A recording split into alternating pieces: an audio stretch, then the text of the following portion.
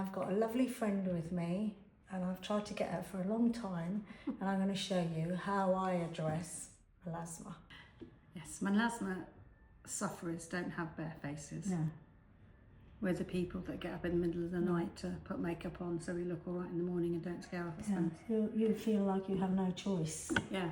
Mine's hormonal, but so Mostly many things. hormonal, and is exacerbated. You know, you can do laser therapy. There are treatments. There's all kinds of things out there, but if you don't protect from the sun, and if you don't, whatever it is, and there are triggers. You know, sometimes it's alcohol, sometimes it's the stress, sometimes whatever gets that inflammation going triggers it. So it's not we address it once and then it's dealt with, and it tends to get a little bit worse as we get older. You know, so. I'm a great advocate for it being outside in, you know, so you've got to make sure your body inside is as good as it can possibly be to treat it, because I think if you don't address that, you can do lots of topical things, but you need to make sure. But it's not just topical, because you've got to have to soothe and sleep, and the other thing is having lots of antioxidant food and things like, you know, alcohol is a big trigger. If we like a bit of wine, a bit of this, and what are you going to do? Not live a life. So I'd like, whatever it is, we do the prep for the skin. And you know me, I like lots of thin layers, and I put it all down. So and also you push the product in, don't you? I'm using, because they're very firm. You've not had me do this, so you don't know what I do. You've seen me do it. You haven't ever felt that. So I do all the things, a very, very thorough cleanse, so I can see all your skin. And it's a very youthful skin. It's just that melasma must be there, because my late mum had it as well, so I'm very aware of it. And hers was spreading, but and it's not always even either, and it is usually those areas. Yeah, no, I mean, it's literally started. It's for me, it's thyroid, and literally started as a spot and just got bigger and bigger and bigger. I was like, oh, what's that little spot? Did it start like after you had your children, your pregnancy, or no? It's when my thyroid basically went. I was living There's another connection there, yeah, I was living in Australia, and I just started feeling really tired, and I went to be assessed, and then worked out it was my thyroid, and then almost by magic these appeared and just got bigger and bigger as time went on. Do you see, there is that, so people think there's only one reason, but it's a multitude, and a layered one, and you address one and you have to address the other. And I think that's why it's a sad, complicated thing. But at the end of the day, if this is what you've got and you're doing the other things to take care to address that, and the thing you cannot abandon is you have to have the SPF. Without the SPF, you're in danger, because whatever you do, the minute you're out, you're back to square one. So I'm going to let the skincare settle, and then I'm going to put some SPF on. I think you should always have 50. Just get in the habit of. And reapply it, yeah? Yeah, and that's what's really good about reapplication now, is you've got people that once you've got it on, they're doing sprays that you can, in the course of the day, you could just it goes on top of makeup. It smells lovely as well, this one. Yeah, and it's really, it's clear. I love this one, because also why I like it is you can get it anywhere. You know, like you can go to your local chemist, you can go to a Boots, you can go somewhere and get it. When there's some specialist one, it's quite hard. But how does that feel? Feels lovely. And also, it's when you've got a darker skin, you don't want that white chalkiness, do you? Exactly. So sometimes they can be really gloopy and creamy. Faves. I love it. So one of the first things I'm going to do is people straight away go with a foundation. And I think when you do have melasma, you do need one that's got heavier cover, because it's not going to mask anything else. But it may be that you address a lighter one elsewhere, and then we only put that on here. But what I'd like to show you is how to use a corrector. Oh, So okay. a corrector. Oh, a before- colour corrector. Yes. Right. Because that is what you are going to need. So I'm getting them out. This is my bag of correctors and concealers for darker skins. Why, what a big bag you've got, really. I've got a lot of it, you know, they're different weights. Some are roll-ups. The only thing I know about correctors is different, if it's right, I don't know, but different colours are for different things. So I'm assuming that for me it will be an orange, but is that right? Or? Well, the corrector will look more orange than you are used to, because that's what it's going to do. It's going to correct. It's going to tone down or bring whatever. So let's look at this. And also, look. Oh yeah, bright orange. Because I think they're quite, for a layman person like me, they're quite scary. Yeah. So I'm going to show you the different types. Oh yeah. Because I think I've only ever seen this sort of thing. This kind of bright orange. There's a serum corrector. So they come in all sorts of weights. See? So what does a corrector actually do then? It'll neutralise what that dark area is. Right. As best as it can. Then you go through the steps that any other person has to go through of foundation or of concealer on top. But this is the step that goes on first, before foundation, before concealer, before anything. And as I'm showing you, look how many different types. Oh, this is a corrector too. Wow. Okay? There are so liquid, loads, block, liquid, cream. But how do you, as the makeup artist, how are you going to choose what's put on me? The way is the same for an expert as it is for you. Okay. Trial and error. Right. I don't know. I know how some of these things work, but is it going to work on you? Okay.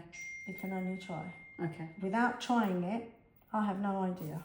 Right. And when we look at that, I'm going to do one side and leave the other side just so that people can see the difference. So that's all sunk in by now, and that corrector's going, and they're all quite scary when you look at all this. And I think, okay, what shall we do? Let me get this one, which is the one I've used a lot and I like it. And it's a poppy brown corrector, and they're usually peachy, apricot, or almost like that. So, very lightly, I'm going to put it on. Is it better to do it with a brush? I like the control of a brush. You could use your fingers, this doesn't matter, but for me. And the most important thing is to get it uniform. I'm putting a little bit down there too, just so that it looks good when it comes. And then I'm just going to use my finger near your eyes, just looking up a touch for me. Or you can use a sponge just to dab that on. So you're not rubbing, you're just patting it. And it has, that's with the corrector. Let's show them the other side. It has toned down a little bit. I just want to experiment on another side. You know, and that looks like you're an American Indian. But, like I say, even I don't know till I see it on your skin what's going to be the most effective.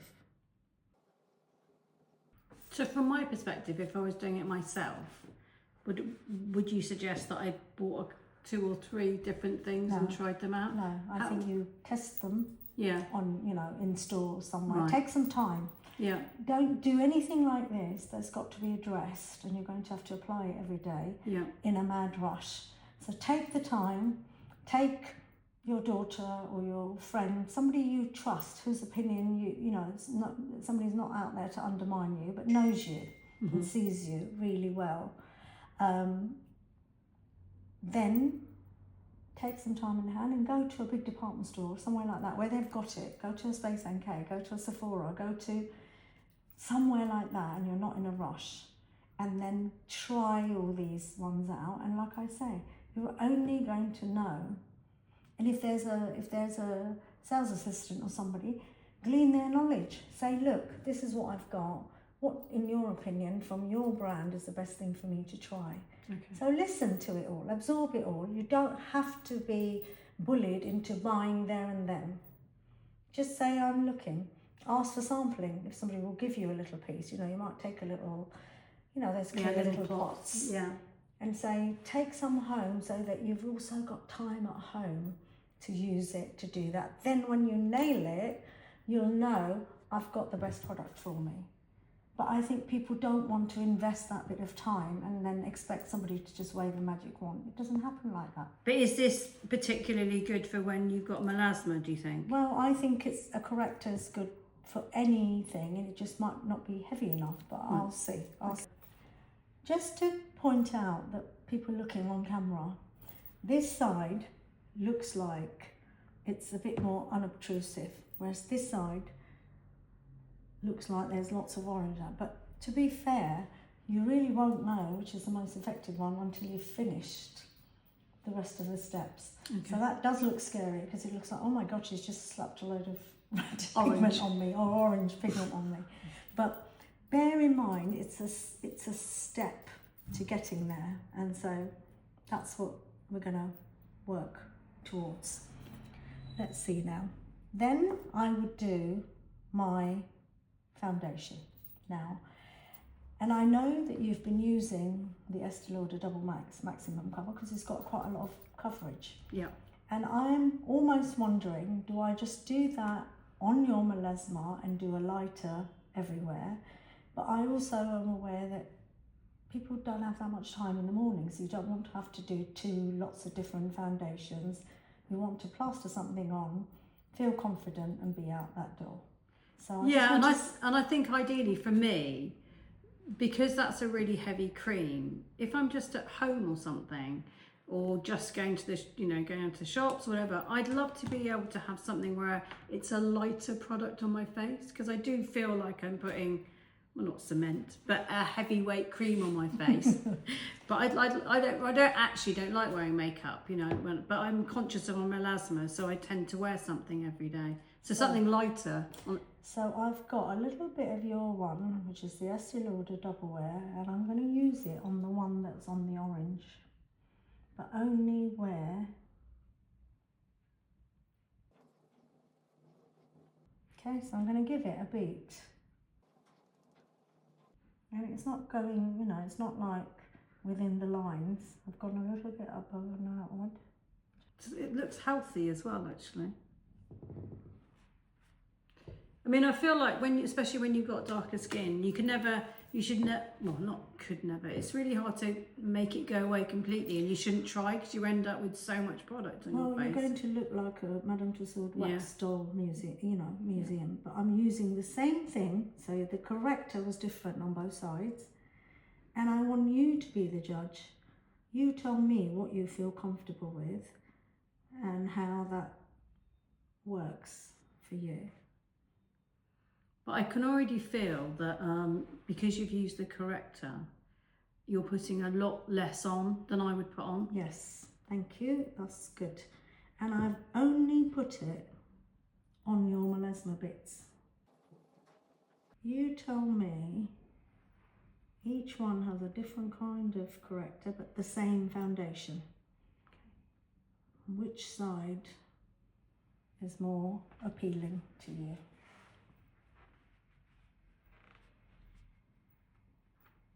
Definitely, without a shadow of a doubt. This one's I feel like the orange is coming through. But you like that to begin with? Yeah, no, because of the coverage. Yeah. But this is more natural, and I feel the orange is coming through on that one. Okay, so you see what I'm saying? So for somebody else, that might be what they prefer. But for you, you've liked that one. Now, because that's the only bit of your melasma, we've got to do the rest of your face to make you feel nice and confident one. And I'm going to use my favourite foundation of all time. Is it Armani? Yeah, it's the Armani, and this is the 8.5. And it's gossamer light. You've got such lovely skin. You don't need to have it on everywhere.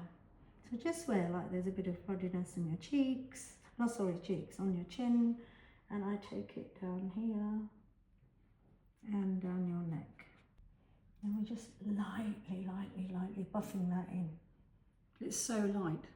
You can see, even on Angeli, you do have to experiment to come up with the best product that suits you. So the one that Angeli seems most comfortable with is this Bobbi Brown colour corrector that's in a little pot.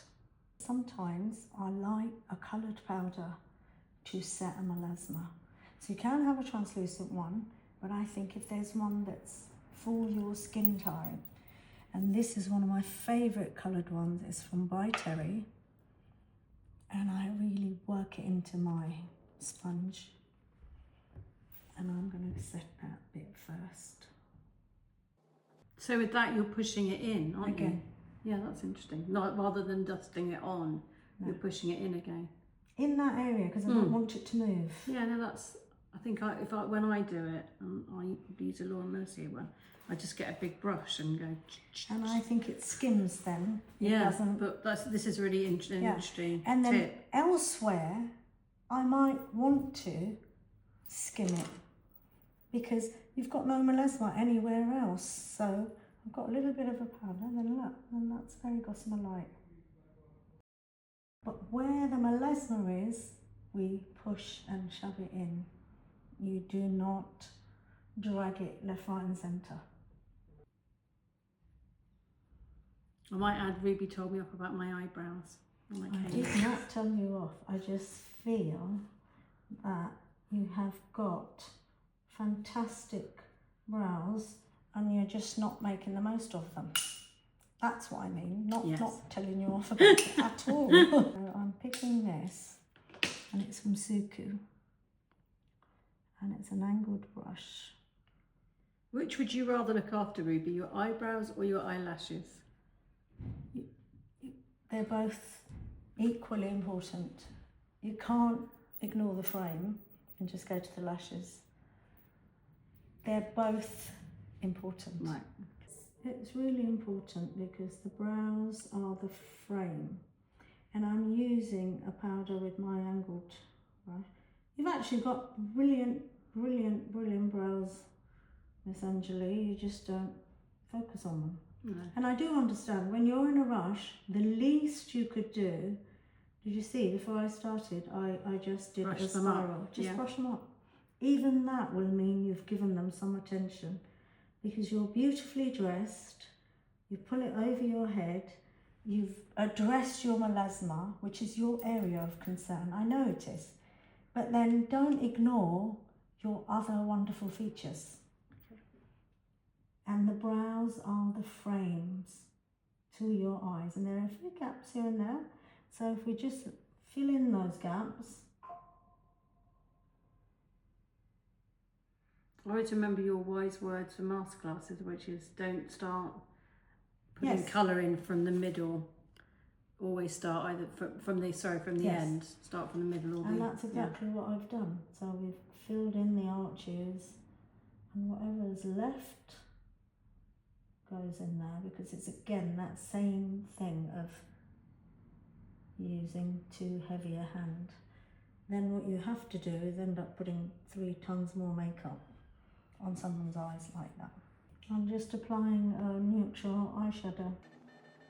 Is there a difference, or when should you use things like use that. I've just put that powders or creams or something, or does it not? It's up to you. It's powdered now, so I'm just using a powder product. And then I just think, I know that you like a little brown pencil on there more than a darker one. When you're doing evening-y stuff, do you go a bit pop of colour in terms of your eyes? Yes, or texture. Or texture. Change the texture. Like, look, it might be, I've just used that all over. Yeah. And then I'm going to use this darker brown in place of what your pencil would be. Right. Okay? So your eyes are open and looking down for me. You can blink, just don't look up. And you can feel where I'm doing it is exactly where you're putting your pencil, I would imagine. And if you're doing it correctly, it tickles. And I'm going to use a hint of it underneath as well. So just looking up a touch for me. Do you think soft, it's just another generalised question, but do you think softer lines around your eyes are better as you get older? No, it's just Or do you do? It's Because just I was thinking, effect. is it? Because I was It thinking is of that effect. harsh line thing. Sometimes makes your, I don't know whether it's an old wives' tale, makes your eye look smaller. You do like quite solid, like cardinal Well, lines and stuff. If you put on a solid line, and if it's a black and it's a liquid eyeline, it's going to have a dramatic effect. Right. Whereas when you don't need it, you do a soft one, you use a brown, you use a pencil and you soften it out. It means it's quicker. It's also a bit more forgiving. Yeah. It's very strange how people think when you've got one brand of your own, you never use anything from anybody else. But I don't have eyeshadows in my brand. Yeah. And I love this particular palette from Victoria Beckham because I think it's really, really versatile. Is there anything in beauty that surprised you in the last No, I think we're year? constantly being surprised. Yeah. And also sometimes that surprise is not because something is new, it's just presented in a different way. Right. So I do feel, it makes me laugh where I think we always, we've only got two eyes, a nose and a mouth. So until the species changes how we are, that's all we're going to have. So I don't understand when you're looking at something in a very, people think, wow, it's just presented a different way. But technology does advance, so the same thing could be presented with longer lasting or a little But you must that way. And it must have been fun for you when you were developing your own range and Yes. seeing what was out there that was new and exciting that you can incorporate. And the thing about it is, I had a huge brand with lots of colours. I have a smaller, more edited, curated brand now, so I'm very fussy about what goes in it. And to be honest, there's some lovely things from other people, and until I get round to it, or want to do it, or not get round to it, it is what it is. And have you got a favourite mascara? Yes, Ruby Hammer is actually tubular mascara. Is my favourite mascara. Let's get that mascara. Because can I say, because as you can see, I don't do loads of makeup myself. When I think what this gives you, it gives you a beautiful coat of mascara that lengthens and adds volume, but not in a really intrusive way. And then if you go out in the evening, you can put another coat on, and then that just gives it va-va-voom. So that's why I love your mascara, Ruby. I couldn't have said it better myself. I'm going to get you to look down. So when I do mascara, I always go the reverse side first. This is what I don't do. I don't put it on the other side. Why do you put it on this side? Because when you think of your lashes, is your lash just one side? It's a tube. It's a hair that's cylindrical. So looking down for me still. So once I've done a thin coat, I then go the reverse way. Very close to the lash line. Well, it doesn't ever look attractive while you're doing this, but that's what makes the most impact. And you have literally got to get right in there. Then looking up a touch from here, I'm just going to coat the thinner lash. What was your thinking behind when you developed the mascara then? Well, I always used to use, those interdental gummies. Oh yeah. So I used to use the little ones, and depending on the mascara of choice, I would put that in there and do that. So it gave me control, and that's how this came about. Wow, that's amazing. And the other thing I find, a lot of people, whatever they're doing, makeup, whether it's a 5-minute face or a full-on whatever, they don't look at what they're doing, where they're actually placing the colour. Do you know what I mean? Their mind is somewhere else. They're looking, by all appearances, it's like I'm looking, but you're not actually looking. You disappear. I don't know whether this was an intention of yours, but the other thing about your mascara is that I don't feel it. Yeah, there's no weight. No. So I know the trend is to have, spiders on your face, but from my perspective, it's, just having something that gives me some length and some volume, but I don't feel it is the best thing for a day-to-day life. Because, as I said, you have to give importance to the brow and the lashes. And it's nice not to have it weighed down, because it kind of makes you tired. You feel heavy. And I think there's a place for it when you want extra volume and you want that drama, seduction. Otherwise, false eyelashes would go out of fashion. Looking up a touch for me, but they don't. There's always a room for that, but you want on a daily basis something that just brings out your eyes without too much work. And the wonderful thing about this, because it's a tubular formula, it just washes out with warm water. And it's not claggy. That's the other thing. Sometimes things. Okay, You can use, that's the good thing. You can use all of this product right to the end, because sometimes with mascaras, they get towards the end, they're just awful, aren't they? Okay, and then I've noticed you probably don't ever wear any blusher. No, I don't really. No. Well, yeah, occasionally. I mean, I'm not a complete heathen. I mean, I think if I speak for a lot of people, when I don't really know where to put it, so people go, oh, apple of your face or something, don't they? But actually, as you get older, I think it's supposed to, you say, don't you, go a bit higher with it, or maybe... Well, not too low, not too high, not Right. too near the eyes, not too near the nose. So it's just that. But then also, you have to go with you.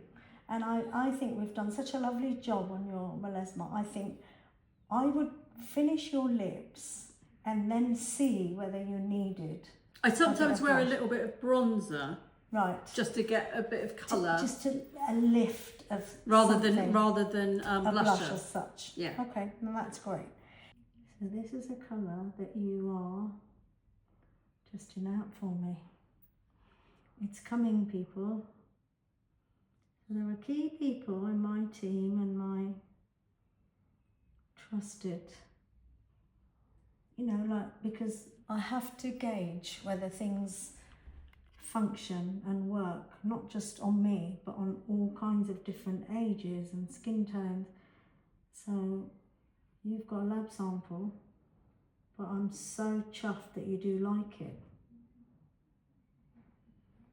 So the only other thing I'm going to Yeah, do, because this is again sort of less is more kind of makeup that I like. So it gives you some colour, but it doesn't overtake anything. I'm just going a little bit. It's such a gorgeous colour, and I think this will work in the end of the day and the evening, Yes. because it's so moisturising. So I'm going to just put a little bit of a...